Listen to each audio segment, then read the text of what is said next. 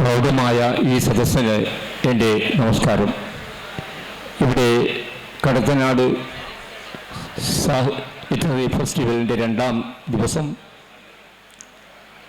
2 വേദികളിലായി ഇവിടെ സംവാദങ്ങളും ആലോചനകളും ചർച്ചകളുമൊക്കെ സജീവമായി മുന്നോട്ട് പോയിക്കൊണ്ടിരിക്കുന്ന അപൂർവമായ ഒരു അനുഭവമായി മാറിയിരിക്കുകയാണ് ഈ സാഹിത്യോത്സവം.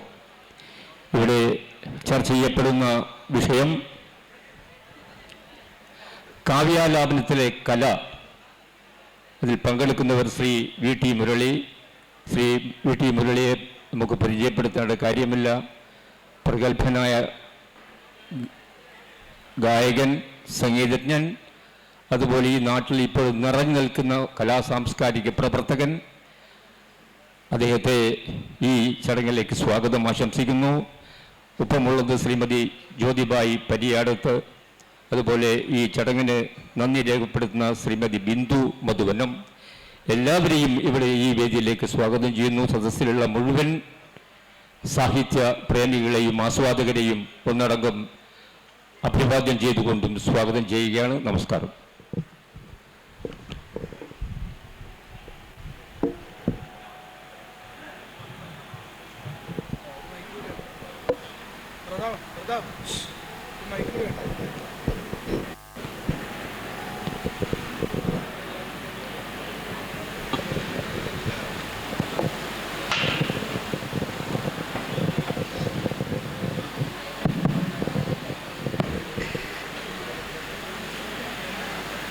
കടത്തനാട് ലിറ്ററേച്ചർ ഫെസ്റ്റിവലിൽ എത്തിയിരിക്കുന്ന വടകരയിലെ സഹൃദയ സദസ്സിന് നമസ്കാരം.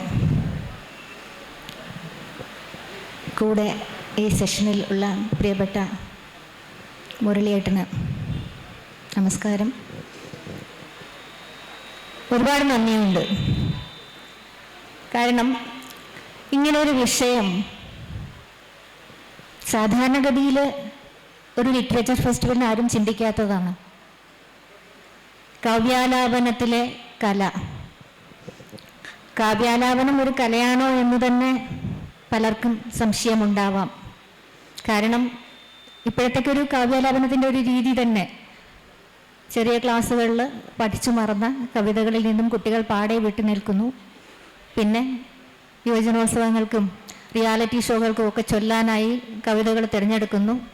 മിക്കപ്പോഴും കവിതയുടെ ടെക്സ്റ്റിലേക്ക് ആഴത്തിൽ കിടക്കാതെ, ടെക്സ്റ്റ് പോലും വായിച്ചു നോക്കാതെ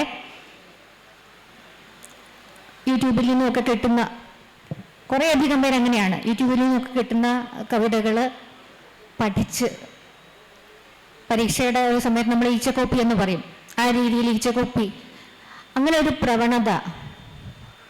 ഇതാണ് കവിത. കൃത്യമായ കർണാടക സംഗീതത്തിൻ്റെ രാഗപദ്ധതികളോടെ ആവിഷ്കരിക്കുന്ന ഒരു രീതി ഇപ്പോൾ പൊതുവെ കാണാറുണ്ട്. അങ്ങനെ വരുന്ന സമയത്ത് കാവ്യാലാപനം എങ്ങനെയാണ് സർഗാത്മകമാകുന്നത്, കാവ്യാലാപനം എങ്ങനെയാണ് കലയാവുന്നത് എന്നുള്ളൊരു ചോദ്യം തീർച്ചയായിട്ടും ഈ കാലത്ത്, പ്രത്യേകിച്ച് കവിത വായിക്കാൻ ആളുകൾ വായിക്കാനുള്ള സമയം ആളുകൾക്ക് നീക്കിവെക്കാൻ ഇല്ലാതിരിക്കുന്ന ഒരവസ്ഥ കൂടെ ഉണ്ട്. ഇപ്പോൾ അത്രയും തിരക്കുകളാണ്. ആ സമയത്ത് കവിത കേൾവിയിലേക്ക് എത്തിക്കുക എന്നുള്ളൊരു ധർമ്മം ചെയ്യുന്ന ഒരാളാണ് കവിത ആലപിക്കുന്നത്. ഈ കവിതയുടെ ആലാപനത്തിലെ കലയുടെ വഴി എത്രത്തോളം. നേരത്തെ രാവിലത്തെ ഒരു സെഷനിൽ ശ്രീ ജയമോഹൻ അദ്ദേഹം പറഞ്ഞു, പ്യുവർ ആർട്ടും അപ്ലൈഡ് ആർട്ടും എന്ന് പറഞ്ഞ് അദ്ദേഹം സിനിമയെ പൂർണ്ണമായിട്ടും തള്ളിപ്പറഞ്ഞു. അതിനുശേഷമുള്ളൊരു സെഷനിൽ, നമ്മുടെ നോവലിസ്റ്റുകൾ പങ്കെടുത്ത ഒരു സെഷനിൽ ശ്രീ CV ബാലകൃഷ്ണൻ പറഞ്ഞു, അദ്ദേഹം സിനിമ കാണുന്നു, പലപ്പോഴും പിന്നീടുള്ള ഫിക്ഷൻ എഴുത്തിനുള്ള ചെറിയ ബീജങ്ങൾ, ചെറിയ രൂപങ്ങൾ അതിൽ വീട് കിട്ടാറുണ്ട് എന്നും പറഞ്ഞു. 2 വളരെ വൈരുദ്ധ്യാത്മകമായിട്ടുള്ള 2 പ്രസ്താവനകളായിരുന്നു അത്. അപ്പോൾ ഏതാണ് പ്യുവർ, ഏതാണ് അപ്ലൈഡ് എന്നുള്ളൊരു സംശയം വരും. പക്ഷേ കാവ്യാലാപനത്തിനെ സംബന്ധിച്ചിടത്തോളം അത്തരമൊരു പ്രശ്നം വരുന്നില്ല. കാരണം കവിത തന്നെയാണ് ഇവിടെ ശുദ്ധം. ആ കവിതയിലെ കവിതയെ, കവിയുടെ ഭാഷയാണ് കവിത. ആ കവിതയുടെ ഭാഷയെ, അതിൻ്റെ അർത്ഥതലങ്ങൾ വിടർത്തി, അതിലെ ധ്വനിതലങ്ങൾ വിടർത്തി, അതിലെ പദാന്വയങ്ങൾ കൂടുതൽ അർത്ഥം വ്യക്തമാകുമാറ്, ആശയം വ്യക്തമാകുമാറ് വിടർത്തി കവിത അതിൻ്റെ സമഗ്രതയിൽ വായനക്കാർക്ക്, അനുവാചകർക്ക് മുമ്പിൽ അവതരിപ്പിക്കുക എന്നുള്ളതാണ് ഒരു കാവ്യാലാപകന്റെ ധർമ്മം. അത് എങ്ങനെയാവണം എന്നുള്ള ഒരു ചർച്ചയിലേക്കാണ് മുരളീധരനും ഞാനും കൂടെ നിങ്ങളുടെ മുമ്പിൽ ഇരിക്കുന്നത്. അത്തരം ഒരു ചർച്ചയിലേക്ക്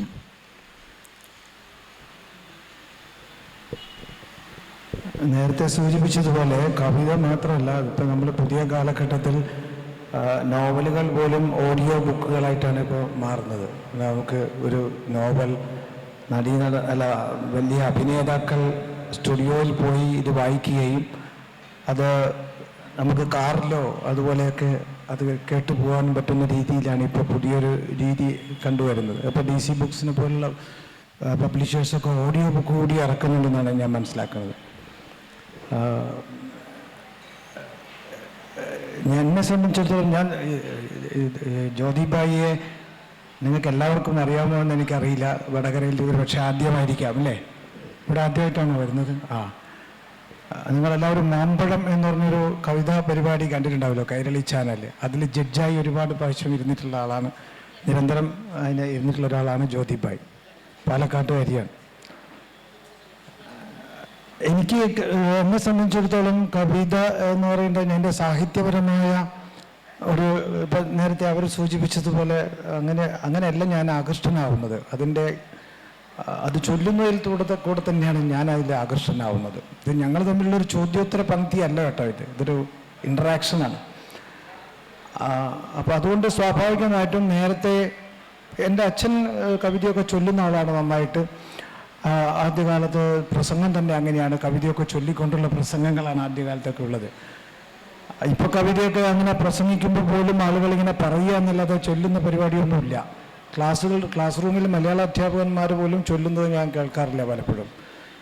അപ്പോൾ ഈ ചൊല്ലുന്നതിലൂടെ, അതാണ് അപ്ലൈഡ് എന്ന് പറഞ്ഞപ്പോൾ എനിക്ക് തോന്നിയത് അതാണ്. ഈ ചൊല്ലുന്നതിലൂടെ എൻ്റെ ഉള്ളിലേക്കൊരു താളബോധവും എൻ്റെ ഉള്ളിലേക്ക് ഈ പദഘടനയെ പറ്റിയുള്ള ഒരു ധാരണയും അറിയാതെ, അല്ലാതെ പദാന്വയം അത് അറിയാതെ വരുന്നതാണ്, അല്ലാതെ ആരെങ്കിലും ബോധപൂർവം ക്ലാസ് റൂമിൽ പഠിപ്പിച്ചതല്ല, മറിച്ച് അറിയാതെ നമ്മളിലേക്ക് വന്നു ചേരുന്ന ഈണങ്ങളെക്കുറിച്ചുള്ളൊരു ബോധവും ഒക്കെ വരുന്നത്.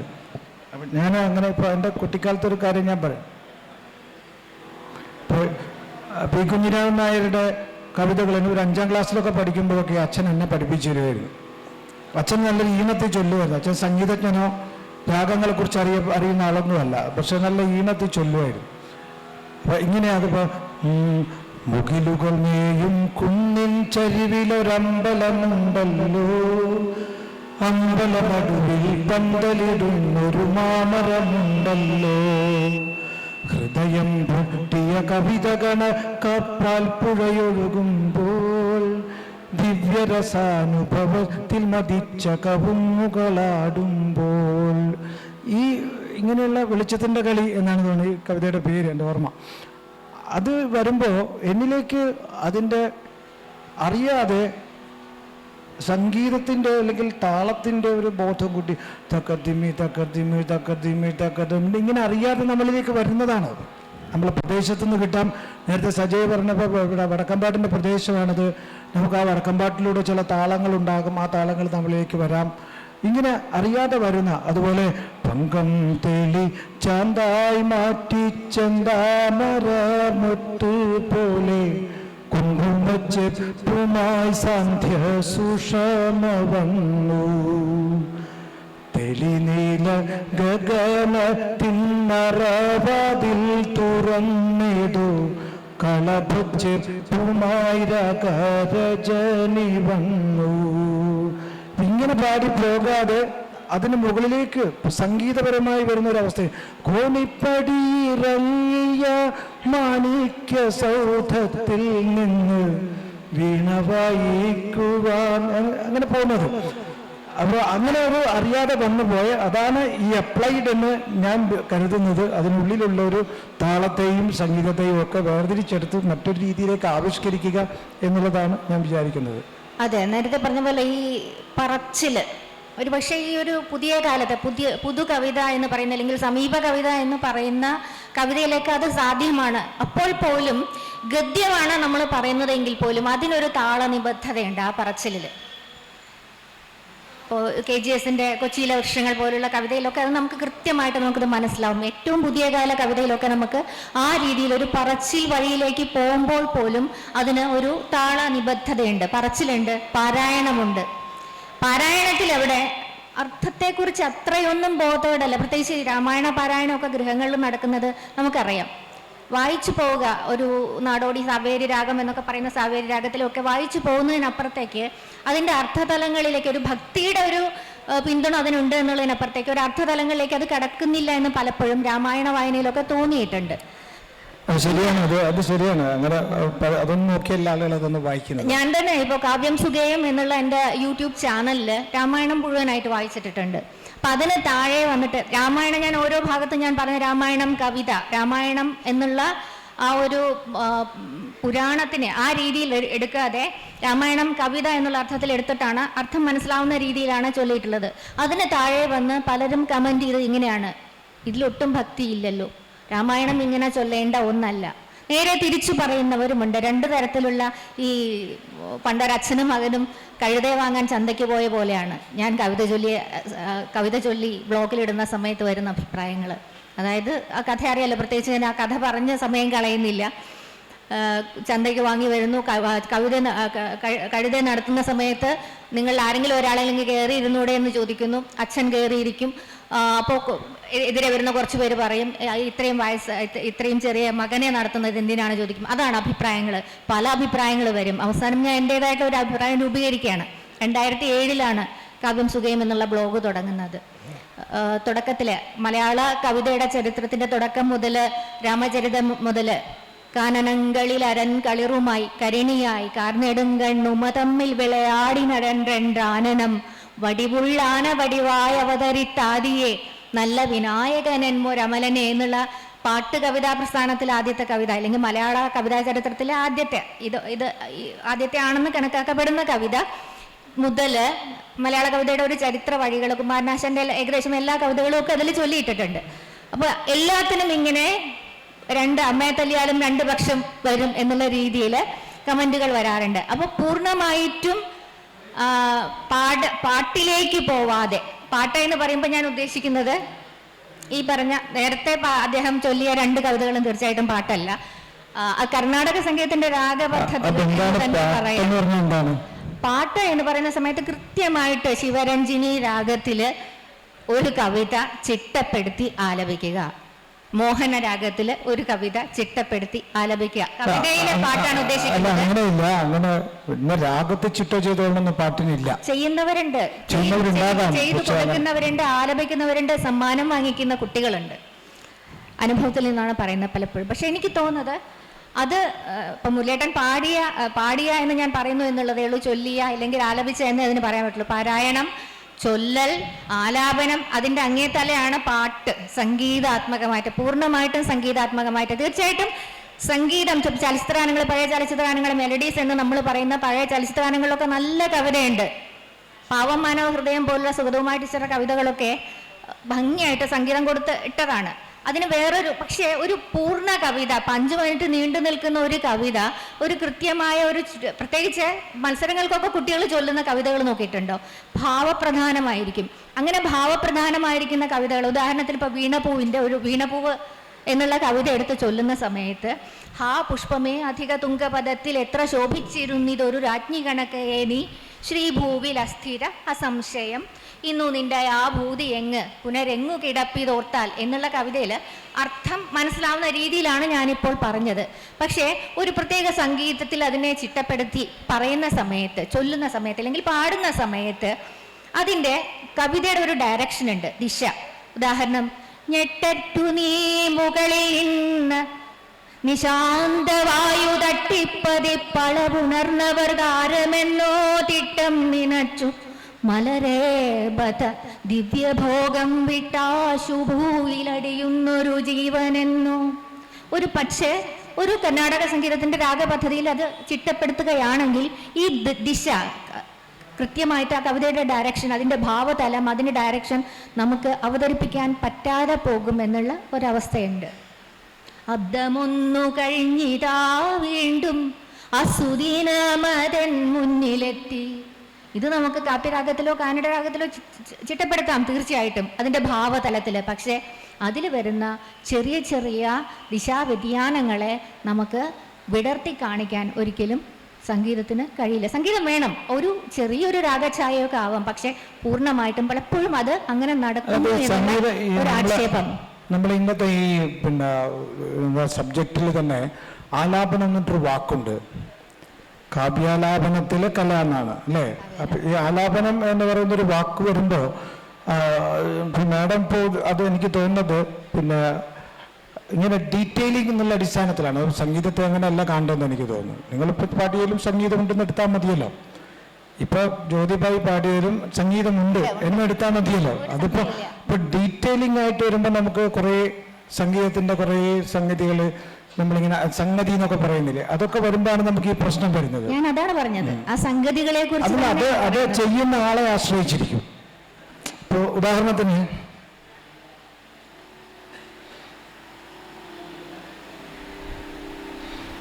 ഇപ്പോൾ ഒരു കവിത, ഇപ്പോൾ ഉദാഹരണത്തിന് നമ്മൾ ഇവിടെ വടകര സുഗതകുമാരി ടീച്ചറുടെ ഒരു പരിപാടി ഇവിടെ പ്രധാനപ്പെട്ട വിജയൻ മാസ്റ്ററും എല്ലാം കൂടിയിട്ട് സംഘടിപ്പിച്ചൊരു ഉണ്ടായിരുന്നു.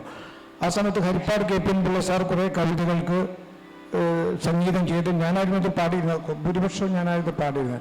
അപ്പോൾ അദ്ദേഹം സംഗീതജ്ഞനാണെങ്കിലും ഈ പറഞ്ഞ പോലെ കൃത്യമായി കവിത അറിയുന്ന ഒരാളാണ്. അല്ലാതെ ആകാശവാണിയിൽ സാധാരണ കവിത ചൊല്ലുന്ന പോലെ ചൊല്ലിപ്പോകുന്ന ഒരാളല്ല.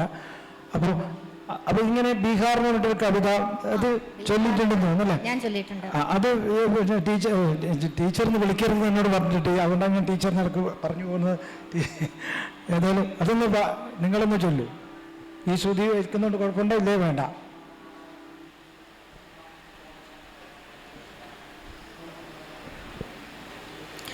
ബീഹാർ എന്നുള്ള സുഗതകുമാരി ടീച്ചർ കവിത മുരളിയേട്ടൻ പാടി, ഞാനത് കേട്ടിട്ടുണ്ട്. വളരെ മനോഹരമായിട്ട് സംഗീതത്തിൻ്റെ അംശം അതിലുണ്ടെങ്കിൽ പോലും അത് ഒരിക്കലും അധികരിച്ച് നിൽക്കാതെ ഭംഗിയായിട്ട് നല്ല ഭാവാത്മകമായിട്ടാണ് മുരളിയേട്ടൻ അത് ചൊല്ലിയിരിക്കുന്നത്. എന്നാലും ഞാൻ ചൊല്ലാം, ഞാൻ ചൊല്ലിയതിൻ്റെ ഒരു വഴി. ഈ മഹാശിലാകൂടം വെയിലേറ്റു വെട്ടിപ്പാളിയാളുന്നു, വാനം വെള്ളിത്തകിടായെരിയുന്നു, നീരവമൊഴുകുന്നു ഗംഗ നിർവികാരനായി, ഘോരനായി വിദൂരനായി നിൽക്കുന്നു ശിലാമൂർത്തി.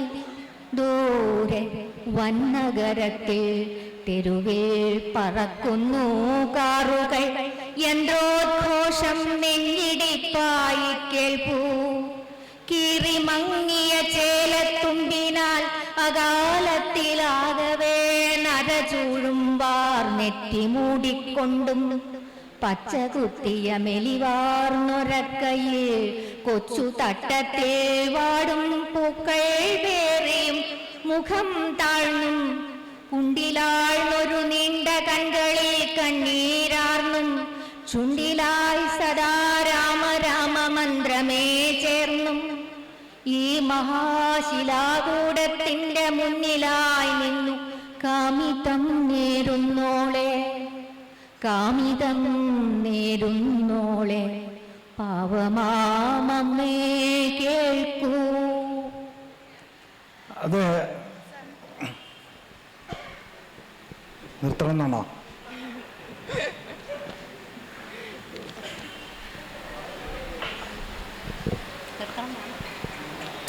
ഇതെപ്പോഴും പരിപാടി തുടങ്ങുന്നതിന് മുമ്പേ അവിടെ നിന്ന് പറഞ്ഞാൽ മതി, ഇവിടെ കൊണ്ടുവന്ന് തരൂ. ഇത് അപ്പോൾ ആളുകൾ വിചാരിക്കും ഇത് നിർത്തണം എന്നാണ് പറയുന്നത്.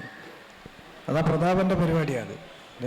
താളം വന്നൊരു ഭാഗത്തേക്ക് കടക്കാൻ പോകുന്നേ ഉള്ളൂ, ഭാവത്തിലെത്തി നിൽക്കുക. എന്നിപ്പോൾ ആ കുട്ടീനെ ഇങ്ങോട്ട് അയച്ചിട്ട് അവളെ പഴിയേൽപ്പിക്കുക അല്ലേ?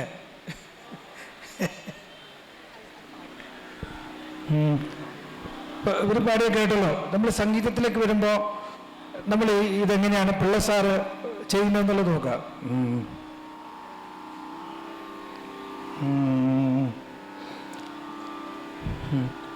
ഈ മഹാശിലാകൂടം വെയിലേറ്റു വെട്ടിപ്പാലിയാളുന്നു. അവിടെ ഒരു ചെറിയ കാര്യം സംഗീതത്തിൽ കൊടുത്തിട്ടുണ്ട്, അതാ രാഗമായിട്ട് ബന്ധപ്പെട്ടതാണ്. വെട്ടിപ്പാലിയാളുന്നു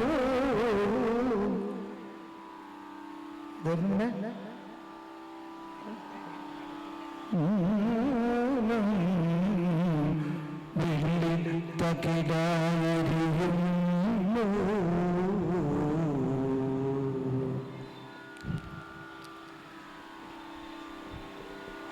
വാനം വെള്ളി തകിടാരിയുന്നു. നീരവമൊഴുകുന്നു ഗംഗ നിർവികാരനായി ഘോരനായി വിദൂരനായി നിൽക്കുന്നു ശിലാമൂർത്തി. ദൂരവം നഗരത്തിൻ തെരുവിൽ അവിടെ എവിടെയും ഒരു സംഗതിയില്ല. ദൂരവം നഗരത്തിൻ തെരുവിൽ പറക്കുന്നു കാവുകൾ യന്ത്രോഘോഷം നെഞ്ചിടിപ്പായി കേൾപ്പൂ. കീറിമങ്ങിയ ചേലത്തുമ്പിനാൽ അകാലത്തിലാകെ നിറച്ചോഴും വാർണത്തിനൂടിക്കൊണ്ടും പച്ചകുത്തിയ മെലിവാർന്നവക്കയിൽ കൊച്ചുതട്ടത്തിൽ പാടും പൂക്കൾ പേറിയും മുഖം താളം കുമ്പിലാർന്ന നീണ്ട കണ്ണുകളിൽ കണ്ണീരാർന്ന കുണ്ടിലാർന്ന നീണ്ട കണ്ണുകളിൽ കണ്ണീരാർന്ന ചുണ്ടിലാൽ സദാ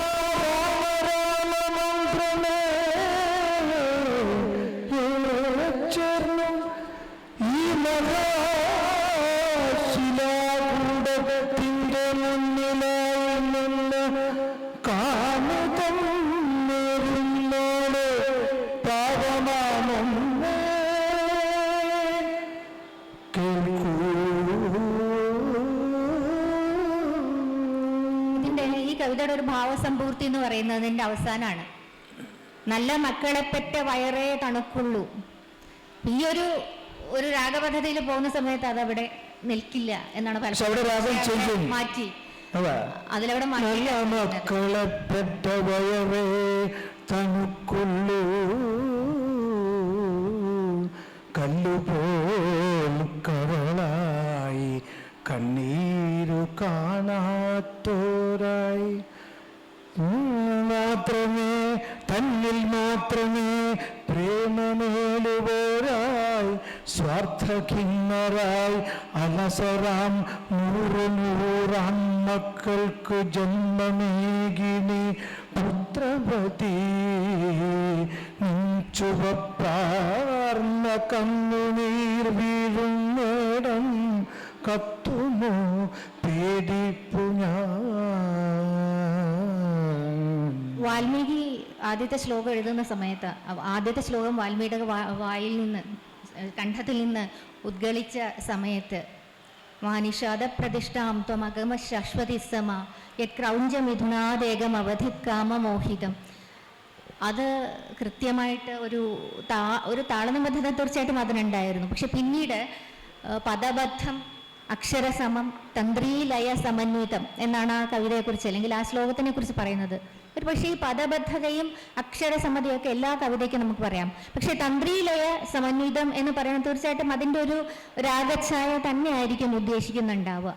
അങ്ങനെ വരുന്ന സമയത്ത് ഒരു സംഗീതാലാപനം എന്നല്ല, ഞാൻ ആലാപനം എന്ന് മാത്രമേ പറയുന്നുള്ളൂ. ഒരു ആലാപനത്തിൻ്റെ ശൈലിയിലേക്ക് കേൾക്കാനുള്ള ഒരു സുഖത്തിന് വേണ്ടിയിട്ട് അമ്മയ്ക്കു നൽകുവാൻ ചെമ്മുള്ള ചേലകൾ നന്ദൻ തൻ കയ്യിലേ നൽകിച്ചൊന്നാൻ നൽചേലാലും എന്ന ചെറുശ്ശേരി പാടുന്ന സമയത്ത് ചെറുശ്ശേരി എഴുതിയത് മഞ്ചരി ചൊല്ലുന്ന സമയത്ത് എൻ്റെ ഗുരുനാഥൻ പറഞ്ഞ എന്നോട് 21 തരത്തിൽ മഞ്ചരി ചൊല്ലാമെന്നാണ്. 21 തരത്തില്. ഇപ്പൊ 21 തരം അറിയുന്നില്ലെങ്കിൽ പോലും അതിലൊരു 4 തരം അറിയുന്നത് നല്ലതാണ്. അതിനപ്പുറത്തേക്ക് അതിനൊരു സംഗീതം വേണോ എന്നുള്ള സംശയം എപ്പോഴും വരാറുണ്ട്. അതുപോലുള്ള കവിതകൾക്ക്, ഇപ്പൊ കേക പോലുള്ള വൃത്തങ്ങൾക്ക് അതിനൊരു അയഞ്ഞ ഘടനയാണ്. അതിനൊക്കെ ചെറിയതായിട്ട് ഒരു സംഗീത ഛായ വന്നാലും മന്ദമന്ദമൻ താഴും മുഗ്ധമാം മുഖം പൊക്കി സുന്ദര ദിവാകരൻ ചോദിച്ചു മധുരമായി, ആരു നീ അനുജത്തി, ആരു നീ അനുജത്തി, നിർനിമേഷമായി എന്തൻ തേരു പോകവേ, നേരെ നോക്കി നിൽക്കുന്നു ദൂരെ സൗമ്യമായി, പിന്നെ പിന്നെ വിടരും സ്നിഗ്ധ കണ്ണാൽ രമ്യമായി വീക്ഷിക്കുന്നു തിരിഞ്ഞു തിരിഞ്ഞെന്നെ. ഇവിടെ കവിതയുടെ ഒരു നമുക്ക് ചൊല്ലിയിട്ട് അതിന്റെ അർത്ഥതലങ്ങളെ അങ്ങോട്ടും ഇങ്ങോട്ടും മാറ്റാൻ പോലും സാധിക്കും. ഉത്തരം അതിൽ തന്നെ ഒരു കാര്യം വെച്ചാൽ നമ്മൾ ടോട്ടൽ ഒരു വൈകാരിക അവസ്ഥയിൽ നിർത്തുന്നതും ഓരോ പദങ്ങളെയായിട്ട് നമ്മൾ വൈകാരികത്തിലേക്ക് കൊണ്ടുവന്ന വ്യത്യാസമുണ്ട്. ഞാനിപ്പോ ഒരു ഉദാഹരണത്തിന് ഞാൻ പറയാം. ഇപ്പൊ വള്ളത്തോളിന്റെ വാസ്തവം തന്നെയോ എന്നൊരു കവിതയുണ്ടല്ലോ, അത് പുതുക്കോട് കൃഷ്ണമൂർത്തി സാറ് ഈനെ വിട്ട് ചൊല്ലിയിട്ടുണ്ട്. അതിൽ ആദ്യത്തെ ചോദ്യം തന്നെ നേർ തന്നെയോ എന്നാണ്. ഇപ്പോ നേർ തന്നെയോ എന്നുള്ള ചോദ്യത്തിന് ഒരാശ്ചര്യവും അല്ലെങ്കിൽ സത്യമാണോ നേരാണോ എന്നൊക്കെ ആ പ്രയോഗത്തിൽ തന്നെ വലിയ കർണാടക സംഗീതജ്ഞനാണ് പിന്നെ പുതുക്കോട് സാറ്. അപ്പൊ നേർത്തന്നയോ കറുകറുത്ത ലിപിവ്രജത്തിലീ നാട്ടുപത്രിക നിരത്തിയ നീചവൃത്തം. ഭാവം വരും അതിലേക്ക് പൂർണ്ണമായിട്ട് കൊണ്ടുവരാൻ പറ്റും. ഞാൻ ഒരു അവസാനമായിട്ട് ഈ ഒരു ചൊല്ലലേ ഉള്ളൂ. ഈ നതോന്നത എന്നുള്ള വൃത്തം, വൃത്തത്തിനെ പറ്റി വൃത്തത്തിനെ കുറിച്ചല്ല, വൃത്തം നമുക്ക് തൽക്കാലം വൃത്തത്തിനെ മാറ്റി വെക്കാം. എനിക്ക് അതിന്റെ ഒരു താളഘടന എന്ന് പറയാലോ. നതോന്നതയ്ക്ക് ഒരു താളഘടനയുണ്ട്, പാട്ടിന്റെ ഒരു ഇതാണ്. അപ്പൊ അതില് പറഞ്ഞതങ്ങനെ തന്നെ പാതിരാവായല്ലോ പത്നി കുറഞ്ഞൊന്നുറങ്ങട്ടെ ഞാനുലകീരേഴും എന്നുള്ളത് അർണോസ് പാതിരി അമ്മ കന്യാമണി തന്റെ നിർമ്മല ദുഃഖങ്ങൾ എന്ന് നമ്മളിപ്പോ പാടിയാല് അടി കിട്ടും. അവിടെ അമ്മ കന്യാമണി തന്റെ നിർമ്മല ദുഃഖങ്ങളോർത്താൽ ദൂ കുറച്ച് നീട്ടും. പക്ഷെ അങ്ങനെ പാടാൻ പാടുള്ളൂ എന്നുള്ളൊരു നിബന്ധന വരും പലപ്പോഴും. അത് നദോന്നതിൽ എന്ത് മനോഹരമായിട്ടാണ് അർണോസ് പാതിരി എഴുതിയിരിക്കുന്നത്. അതുപോലെ വാസവദത്ത കരുണയിൽ അനുപമ കൃപാനിധി 3, 4, 5 ഈണത്തിൽ ചൊല്ലാം. ഒരിക്കലും അതിനൊരു വഞ്ചിപ്പാട്ടിന്റെ ഈണം പൂർണ്ണമായി കൊടുക്കണമെന്ന് കുറേ പേര് എന്നോട് അത് കമന്റായിട്ട് എഴുതിയിട്ടുണ്ട്. ഇതിനൊരിക്കലും നിങ്ങൾ ഈ ഉപയോഗിച്ച രീതി ഒന്നും ഉപയോഗിക്കരുത്, അത് വഞ്ചിപ്പാട്ടാണ്, വഞ്ചിപ്പാട്ടിന്റെ ഈണത്തിൽ തന്നെ. അങ്ങനത്തെ ചില കടുംപിടുത്തങ്ങളും വരാറുണ്ട് പലപ്പോഴും കവിതയില്. അപ്പൊ ഇതിന്റെ ഇടയ്ക്കുള്ള ഒരു വഴി, എൻ്റെ ഒരു വഴി അതാണ്. പൂർണ്ണമായിട്ടും സംഗീതത്തിലേക്ക് പോവാതെ, എന്നാൽ പൂർണ്ണമായിട്ടും ആ ഒരു ചൊല്ലൽ വഴിയിലേക്കും പോവാതെ ഇടയിൽ അതിൻ്റെ ഭാവവും അർത്ഥവും പദാന്വയവും ഒക്കെ വ്യക്തം. അത് കേൾക്കുന്നവർക്ക് ആ കവിത, അതിലത്തെ കവിത കിട്ടണം എന്നുള്ള രീതിയിൽ വേണം കവിത ചൊല്ലാൻ എന്നുള്ളതാണ് എൻ്റെ ഒരു പക്ഷം. ആ ഒരു വഴിയാണ് ഞാൻ പിന്തുടരുന്നത്. നേരത്തെ ആദ്യം നമ്മൾ പറഞ്ഞു തുടങ്ങിയപ്പോൾ ഈ അപ്ലൈഡ് എന്നൊരു വാക്ക് ഉപയോഗിച്ചല്ലോ. അപ്പൊ സത്യത്തിൽ അപ്ലൈഡ് പോയട്രിയാണ് പാട്ടെന്ന് പറയുന്നത്, ഗാനം എന്ന് പറയുന്നത്. ഞാനത് ഉദ്ദേശിച്ചത് അതല്ല, ഞാൻ മനസ്സിലായി. എനിക്ക് അപ്ലൈഡ് മ്യൂസിക് ആണ്, പിന്നെ നമ്മുടെ സംഗീത സംവിധാനം എന്ന് നമ്മൾ ഉദ്ദേശിക്കുന്നത്. അതെ, മൈക്രോഫോൺ അല്ല, കവിത എന്നുള്ളത് ശുദ്ധ. അതെ, അത് ഞാൻ അപ്പൊ അങ്ങനെ വരുമ്പോ ഈ സംഗീത സംവിധായകരൊക്കെ ചെയ്യുന്നത് പിന്നെ ഒരു നേരത്തെ പറഞ്ഞല്ലോ, എന്താണ് ഒരു ഓമനക്കുട്ടൻ ഗോവിന്ദൻ എന്ന് പറഞ്ഞൊരു, അതൊന്ന് ചൊല്ലാവോ? അത് ഓമനക്കുട്ടൻ ഗോവിന്ദൻ ബലരാമനെ കൂടെ കൂടാതെ കാമിനി മണിയമ്മതൻ അംഗസീമണി ചെന്നു ചെകേറിനാൻ അപ്പൊ ഇത്തരം ഈ മീറ്ററിൽ എഴുതിയിട്ടില്ല, നമ്മൾ പാട്ടിൽ വരുമ്പോൾ മീറ്റർ എന്നാണ് നമ്മൾ പറയുക. അപ്പൊ ഈ മീറ്ററിൽ എഴുതിയിട്ടുള്ള ഇപ്പൊ ദക്ഷിണാമൂർത്തിയെ പോലുള്ള ഒരാള് അവരുടെ കയ്യിൽ കിട്ടുമ്പോൾ ഇതേ മീറ്ററിൽ എഴുതിയിട്ടില്ല. ഇപ്പൊ ഉലകമീരേഴും പ്രളയസാഗര തിരകളാൽ മൂടി വലയുമ്പോൾ എന്ന് ഈ ഭാസ്കരൻ എഴുതുന്നു. അത് ഉലക ഇപ്പൊ നേരം പാടിയ പോലെയാണ് ഉലക എന്ന് പാടിയത്. അങ്ങനെ നിങ്ങളെ രണ്ട് ശ്രുതി വ്യത്യാസം. പ്രളയസാഗര തിരകളാൽ മൂടി വലയും അങ്ങനെ പാടാം. പക്ഷെ മ്യൂസിക്കിൽ സിനിമയിലും മറ്റും സംഗീതം വരുമ്പോൾ ഉള്ളൊരു പ്രത്യേകത എന്താണെന്ന് പറഞ്ഞാൽ അതൊരു കഥാപാത്രത്തിൻ്റെ വികാരവും ഒക്കെ കൂടി കലർന്നതായിരിക്കും അത്. അപ്പം അവിടെ മ്യൂസിക്കിൻ്റെ ആവശ്യം വരും. അപ്പം അതെങ്ങനെയാണ് ദക്ഷിണാമൂർത്തി ചെയ്യുന്നത് ശ്രദ്ധിച്ചു നോക്കിയേ. ഉലകമീരേഴും പ്രളയസാഗര തിരകളാൽ മൂടി വലയുമ്പോൾ അവയാലും കൊച്ചു തളിരാൻ തോണിയിൽ അരവിന്ദാക്ഷൻ വന്നണയുന്നു. ഇത് ഈ മീറ്ററില് രാഘവ മാസം ഒരു പാട്ട് ചെയ്യുന്നു. അതാ അകലെ ആകാശം പനിനീർ പൂന്തോപ്പിൽ അനസനത്രയം ശശിലേഖ. അപ്പൊ അവിടെയൊക്കെ ഔചിത്യം എന്ന് പറയുന്നൊരു സംവിധായകന്റെ സംഗീത സംവിധായകന്റെ ക്വാളിറ്റിയാണ് അത് കാണിക്കുന്നത്. കവിതയ്ക്ക് പരുക്ക് പറ്റാതെ സംഗീതം കൊടുക്കുക എന്നുള്ളത് അവിടെ പ്രധാനപ്പെട്ട ഒരു വാക്കാണ് ഔചിത്യം എന്ന് പറയുന്നത്. ആ ഔചിത്യം മ്യൂസിക് സംവിധായകനും അല്ലെ പാടുന്നവനും കാണിച്ചാൽ ഈ പ്രശ്നത്തെ മറികടക്കാം എന്നാണ് ഞാൻ പറയുന്നത്. ചിലപ്പോ ഒരക്ഷരം തള്ളിപ്പാടേണ്ടി വരും. പിന്നെ ഈ അഷ്ടപതിയിലേക്കുള്ള പല ഗാനങ്ങളുണ്ടല്ലോ, അത് മുഴുവനും പല താളങ്ങളിൽ ഞാൻ ചിട്ട ചെയ്ത് കേട്ടിട്ടുണ്ട്. അതൊന്നും ഒരു പരുക്കില്ലാതെ നിൽക്കുകയും ചെയ്യുന്നുണ്ട്. അതുപോലെ ഭൂതപ്പാട്ടില് ആദ്യത്തെ വരികളൊക്കെ പല താളങ്ങളിൽ ചിട്ട ചെയ്ത് ഞാൻ കേട്ടിട്ടുണ്ട് മ്യൂസിക് ഡയറക്ടർമാർ. പക്ഷെ അതിനൊന്നും ഒരു പരുക്കും എനിക്ക് കേൾക്കാൻ പറ്റിയില്ല. കാരണം താളങ്ങൾ മാറുന്നുണ്ടെന്ന് ഒരു പ്രശ്നമില്ല. അത് കുറഞ്ഞു വരികയാണെന്നാണ് തോന്നിയിരിക്കുന്നത്. കവിത മനസ്സിലാക്കി സംഗീതം കൊടുക്കുന്നതിന്റെ ഒരു ഭാസ്കര മാഷയുടെ കവിതകളൊക്കെ എത്ര മനോഹരമായിട്ടാണ് സംഗീതം കൊടുക്കുന്നത്. ONV തന്നെ ONV എന്നുള്ളത് കവിയാണ്. ഒരു അനുഭവം കൂടി പറയാം. അതായത് ഞങ്ങളിവിടെ വടകരയിലൊരു നാടക സമിതിക്ക് വേണ്ടി ONV 3 പാട്ട് എഴുതി തന്നു. അത് 3 രാഘവ മാഷാണ് ചെയ്തത്. രാഘവ മാഷ അടുത്ത് കൊണ്ടുചെന്ന് കൊടുത്തപ്പോൾ എന്നോട് പറഞ്ഞു, ഈ ONV എന്ത് പണിയെടുത്തത് 3 ഒരേ താളത്തിൽ എഴുതിയിട്ടില്ലെന്ന് പറഞ്ഞു. അപ്പോൾ 3 പാട്ടും ഒരേ താളത്തിൽ വരുമ്പോൾ ഒരു സംഗതിയിലേക്ക് വരുമ്പോൾ ഉണ്ടാവുന്ന അതിൻ്റെ ഒരു വൈകല്യത്തിനെ കുറിച്ചാണ് മാഷ് പറയുന്നത്. അപ്പോൾ മാഷ് എന്ത് ചെയ്തു, അത് ഒരു പാട്ട് രൂപകം എന്ന് പറഞ്ഞ താളത്തിലേക്ക് മാറ്റി. അപ്പം അങ്ങനെ അന്നൊരിക്കൽ പൊന്നരീവാൾ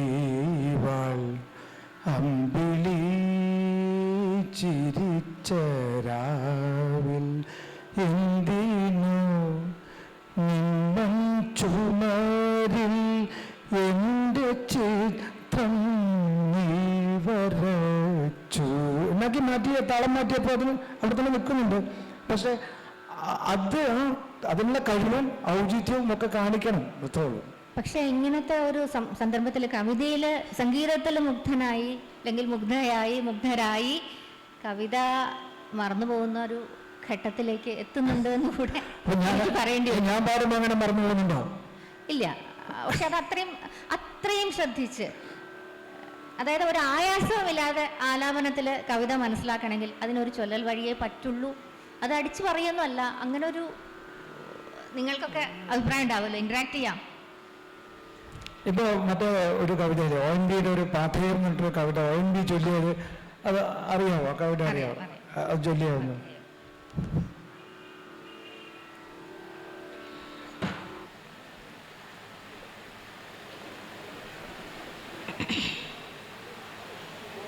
പാഥേയത്തില്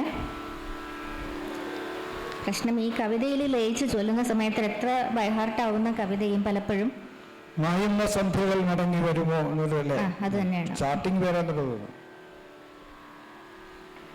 അപ്പൊ ONV ചൊല്ലുന്ന രീതി എങ്ങനെയാണ്? വേർപിരിയുവാൻ മാത്രമൊന്നിച്ചുകൂടി നാം വേദനകൾ പങ്കു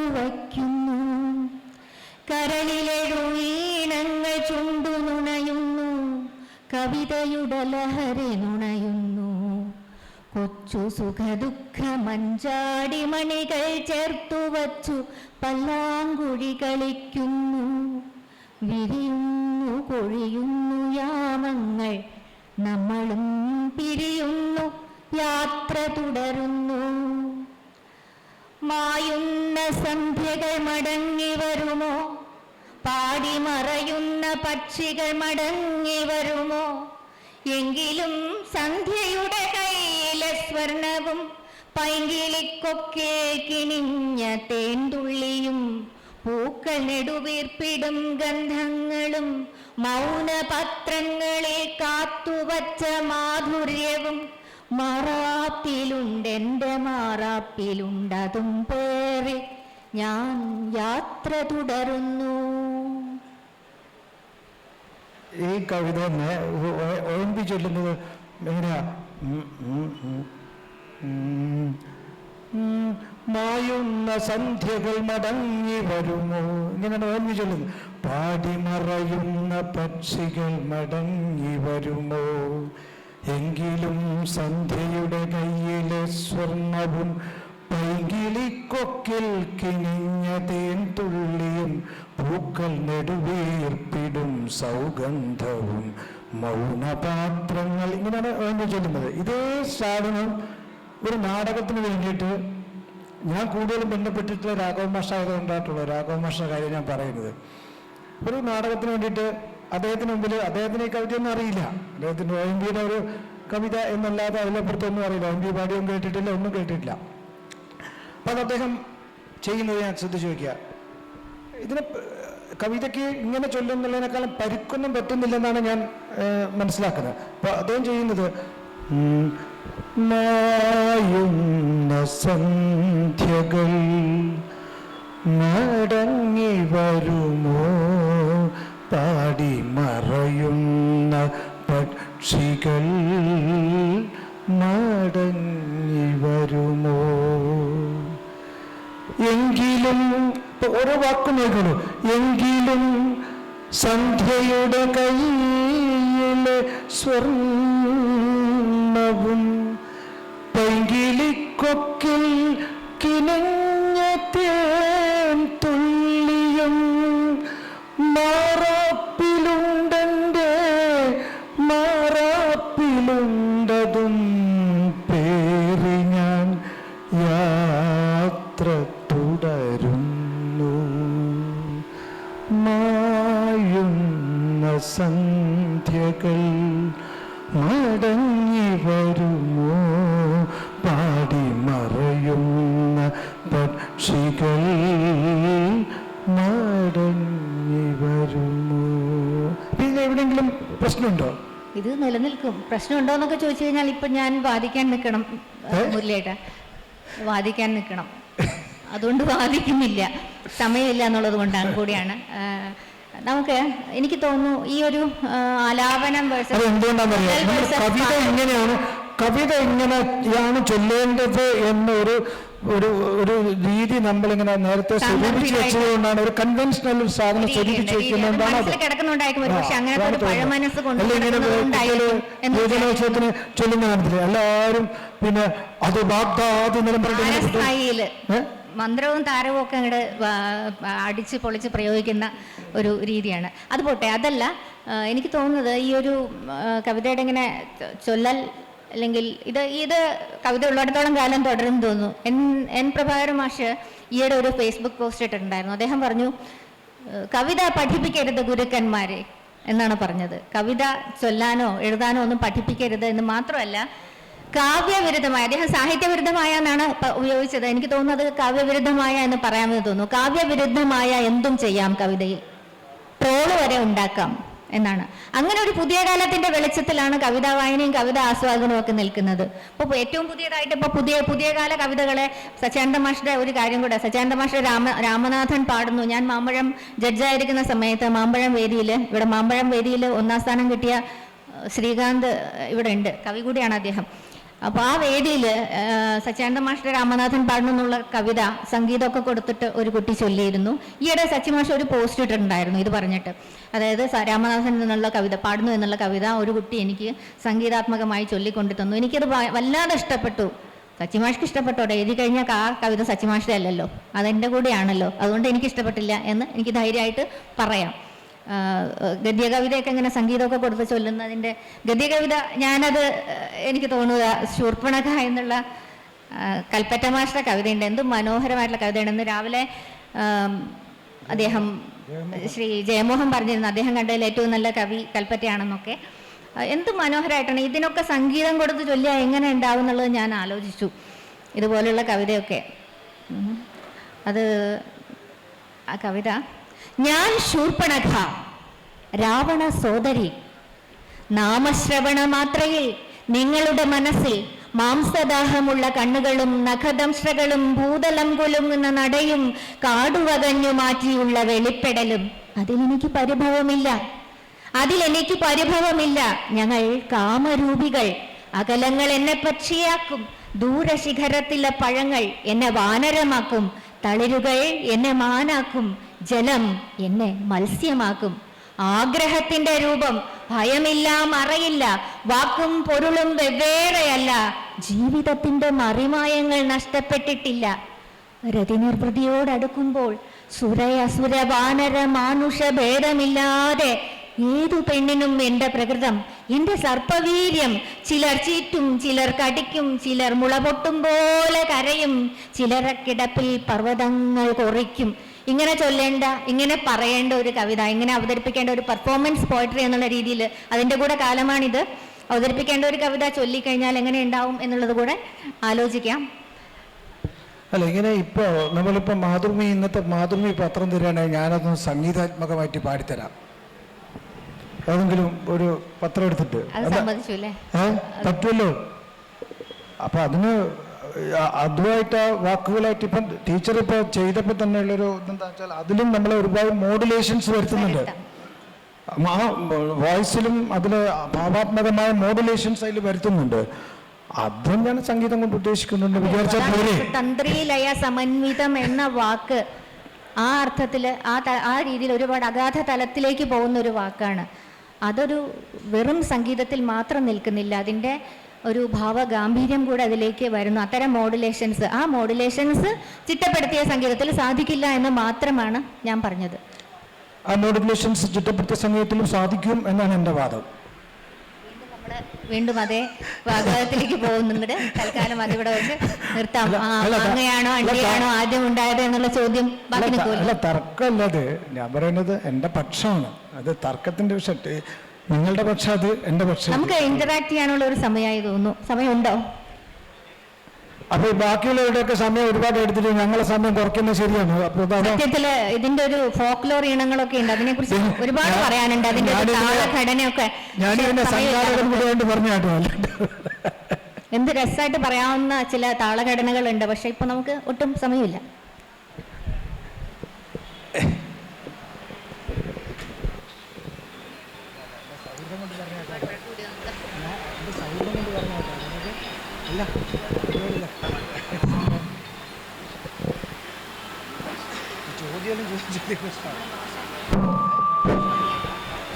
ക്ഷമിക്കണം, മുരളിയേട്ടൻ പ്രത്യേകിച്ച് ക്ഷമിക്കണം. ഞങ്ങളൊക്കെ കവിതയെ ആസ്വദിക്കുന്നത് അതിൻ്റെ ഭാവക്കരുത്തും അത് പച്ചനാവിൽ നിന്ന് എങ്ങനെ വരുന്നു എന്ന സംശയം നിന്നുകൊണ്ടാണ്. ഏതൊരു ഭാഷയുടെയും അതിമനോഹരമായ സാഹിത്യ രൂപമാണ് കവിത. പാട്ട്, ഗാനം, കവിതയിലൊക്കെ അതിൻ്റെതായ ഐഡൻറ്റിറ്റി ഉണ്ട്.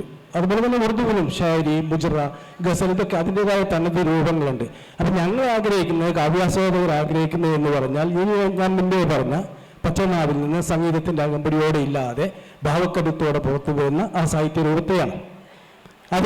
അതിന് ഈ സംഗീതത്തിൻ്റെ അകമ്പടി വേണോ വേണ്ടിയോ എന്നുള്ള കാലമായി നിലനിൽക്കുന്ന ആ വാദപ്രതിവാദം തന്നെ. വാദപ്രതിവാദമൊന്നുമില്ല കേട്ടോ. അല്ല, അത് ഞങ്ങൾക്ക് മനസ്സിലാവും. കാരണം വെച്ചാൽ കവിത എല്ലാ കാലത്തും അങ്ങനെയൊക്കെ പറഞ്ഞാലല്ലേ നിങ്ങൾ ശ്രദ്ധിക്കൂ. കവിത എല്ലാ കാലത്തും നേരിടുന്ന കവി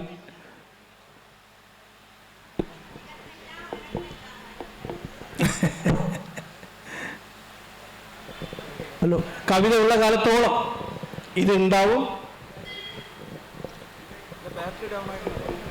ഉണ്ടായിക്കൊണ്ടേയിരിക്കുമെന്നാണ് ഞാൻ ഒരു അഭിപ്രായം. കവിത എത്ര കാലം ഉണ്ടാവും? ഈ പറയുന്ന താളബദ്ധമായിട്ടുള്ള കവിത ഉദ്ദേശിച്ചിട്ടോ? ജീവിതം, പ്രണയം, വ്യത്യസ്തമായ രൂപങ്ങളിലൂടെ അതിന് വ്യാഖ്യാനമില്ലാതെ നിൽക്കും.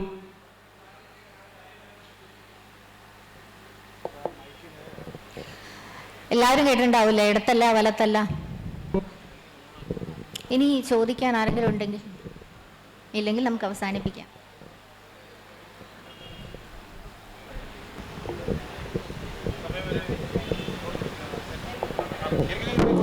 അതെ, ഈ ഇടത്തല്ല വലത്തല്ല എല്ലാവരും കേട്ടിട്ടുണ്ടാവുന്നു. അധോന്നതയിലാണത്. ഇടത്തല്ല വലത്തല്ല നടുക്കല്ലൻ സരസ്വതി, വെളുത്ത താമരപ്പൂവിൽ ഉറക്കമല്ല. പക്ഷെ ആരെങ്കിലും ഇങ്ങനെ ചൊല്ലുവോ? അത് നദോന്നതയാണെന്ന് എത്ര പേർക്ക് അറിയാം എന്നുള്ളത് കൂടെ പ്രശ്നമാണ്. മുരളിയേട്ടൻ അത് മനോഹരമായിട്ട് ചൊല്ലും. അതോടെ നമുക്ക് അവസാനിപ്പിക്കാം.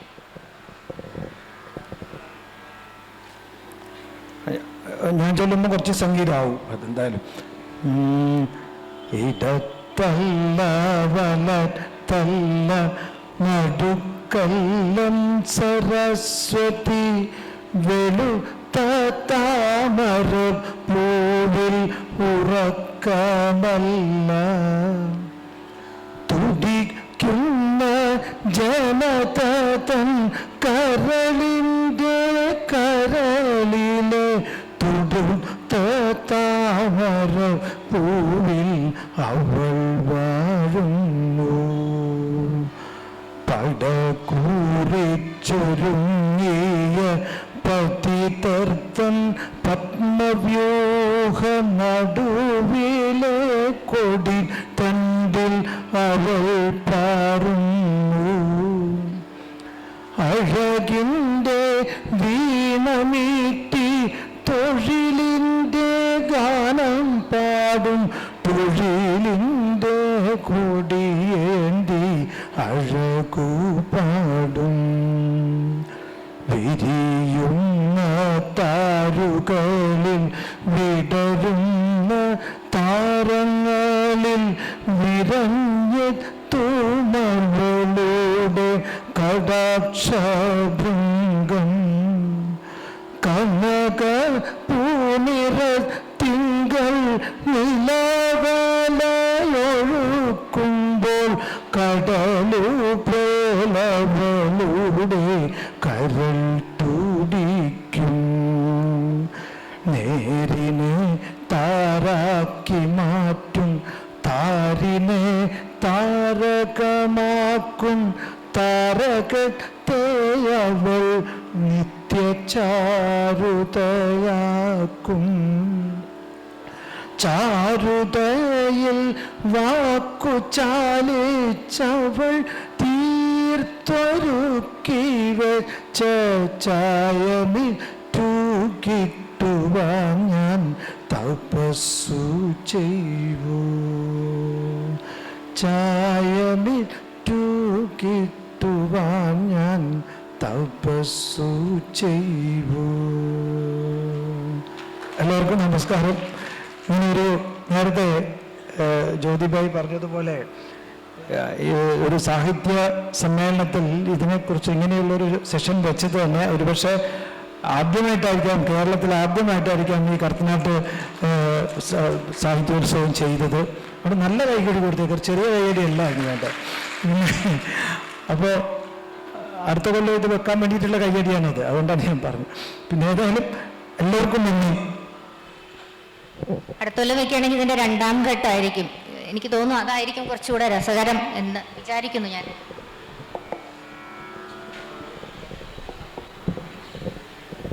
നന്ദി. ഇത്ര നേരം ഇത് ക്ഷമയോടെ എന്ന് വിചാരിക്കുന്നു കേട്ടിരുന്നതിൽ.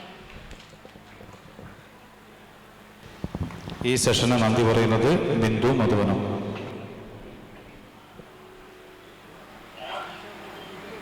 എല്ലാവർക്കും എൻ്റെ നമസ്കാരം. കാവ്യാലാപനത്തിൻ്റെ കല എന്ന വിഷയത്തെ ആസ്പദമാക്കി നമ്മളോട് സമയം സംബന്ധിച്ച ശ്രീ വി ടി മുരളി, ശ്രീമതി ജ്യോതിബായ് എന്നിവരെ കടത്തനാട് ലിറ്ററേച്ചർ ഫെസ്റ്റിവലിൻ്റെ പേരിൽ ഞാൻ സ്നേഹപൂർവ്വം നന്ദി അറിയിക്കുന്നു.